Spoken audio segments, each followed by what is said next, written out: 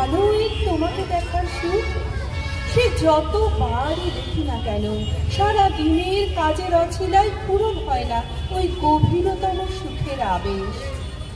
রাত শেষের আজানে ঘুম ভাঙা চোখের আলতো চাকুনি তোমার, সে মৃদু স্পর্শ যেন কখনো আসে না আর। প্রখর রুদ্র তারণে অথবা ক্লান্ত দিনের রুদ্ধ অবসাদে আর কখনো আসে না।